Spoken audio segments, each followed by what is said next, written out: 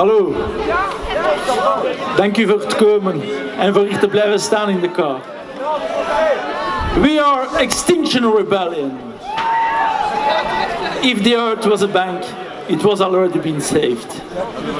Hoe is het mogelijk dat een politiek systeem zich zo in de luren heeft laten liggen door de lobby? Hoe is het mogelijk dat Antwerpen, desondanks de lage emissiezone, toch de meest CO2-vervuilende regio geworden is van Europa? Money, money, money. Jobs, jobs, jobs. Mesdames et messieurs, la politique nous mitraille avec leurs fake news et leur greenwashing. Pour ça, on se rébelle.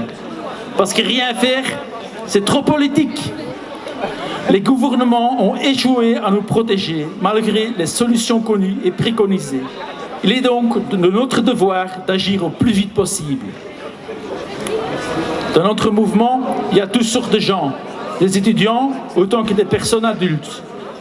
Extinction Rebellion est un mouvement international qui vise à provoquer des changements radicaux par la résistance non violente.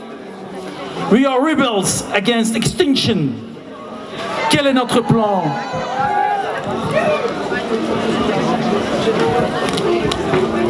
L'organisation d'une rébellion nationale non violente pour mettre la lumière sur l'urgence écologique. Une semaine de rébellion internationale a déjà été annoncée pour le 15 avril. Quelles sont nos demandes? Que les gouvernements déclarent un état d'urgence climatique immédiatement.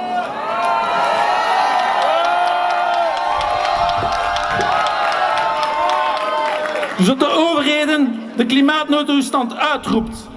Dringend.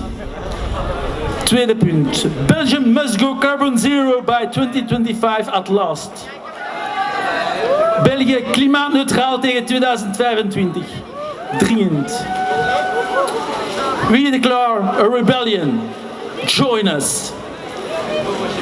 En derde punt, avoir une assemblée citoyenne nationale chargée de décider les mesures à mettre en place et choisies par tirage au sort. Dank u.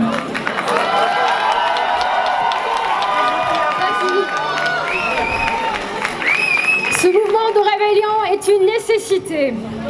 Nous devons nous rebeller pour protéger la vie des citoyens, pour protéger notre écosystème. Nous devons nous rebeller pour mettre la lumière sur ce danger et mettre pression sur nos gouvernements pour prendre action. Les canicules, les inondations, les feux de forêt, les sécheresses, la disparition d'espèces vivantes, toutes sont des conséquences d'émissions de gaz à effet de serre des années 60. La Terre ne réagit que dans 2 générations. Et sachant que ces taux d'émissions ont grimpé bien haut depuis ce temps, je vous laisse même pas imaginer les conséquences que vivront les générations futures dans 50 ans. Nous allons vers 6 degrés de réchauffement dans un siècle. Et les 2-3 degrés que nous craignons d'atteindre sont inévitables si on continue sur cet élan. À la grève scolaire ce jeudi, un enfant d'école primaire de 11 ans disait « Je trouve que c'est très grave que les enfants et les petits-enfants n'aient pas de futur à cause des politiciens qui ne pensent qu'à l'argent et pas au climat. »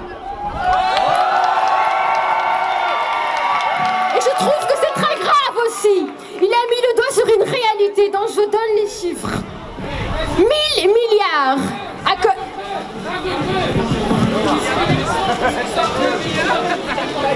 Oui, mais ce sera inévitable si on ne fait rien. Parce que pour l'instant, rien n'a été fait, aucune mesure n'a été prise pour ne pas les atteindre. 1000 milliards, à l'échelle de l'Union européenne, environ 1000 milliards d'euros sont perdus chaque année à cause des évasions et fraudes fiscales. Et pour la petite note, devinez quoi? Pour financer au total le projet de la transition écologique dans toute l'Europe, la Cour des comptes européenne estime qu'il faudrait en fait 1100 milliards par an. Donc je vous laisse méditer. 30 000, c'est le nombre de lobbyistes à Bruxelles qui défendent les intérêts des multinationales et des plus grands pollueurs et qui tiennent en laisse nos chers politiciens, bloquant toute mesure nécessaire à prendre pour la transition écologique. 10, c'est le nombre d'années qui nous restent pour freiner sec notre course vers le désastre, le point de non-retour. C'est le nombre d'années qui nous restent pour faire des efforts drastiques, prendre des mesures radicales afin de minimiser le risque d'extinction humaine et l'effondrement écologique. Ce ne sont pas des coachs climat qu'on en a besoin, Madame la Ministre. Nous n'avons plus une seconde de plus pour avoir affaire à votre lâcheté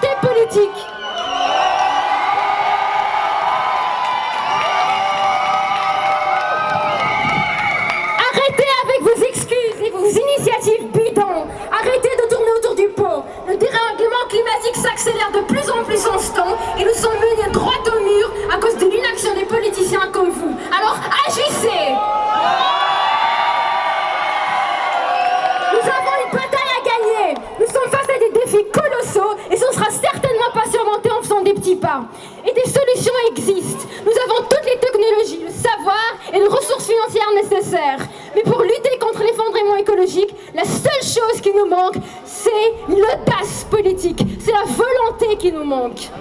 On crée des banques, on met des milliers de milliards d'euros sur table en un claquement de doigts quand il s'agit de sauver des systèmes financiers et nourrir la spéculation financière.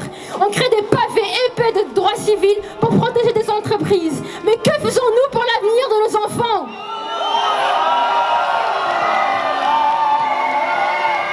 Il est temps au niveau européen de créer un budget climat, d'arrêter les subventions aux énergies fossiles, de s'attaquer à l'évasion fiscale et d'augmenter les investissements, de se détacher des lobbies des multinationales et de laisser tomber ce fantasme de croissance infinie. Nos dirigeants sont appelés à mettre l'intérêt du peuple au-dessus du profit. Creuser exponentiellement des inégalités, chercher une croissance infinie sur une planète finie, c'est mettre en place un système instable et qui finira par tous nous exploser en figure. Les politiciens ont intérêt à retrousser leurs manches, élever leurs ambitions et mettre l'urgence climatique au top de leurs priorités. Qu'ils arrêtent avec leurs discours et qu'ils passent à l'action. C'est l'avenir de l'humanité qui est en jeu. Et nous faisons de 2019 l'année du soulèvement. Quand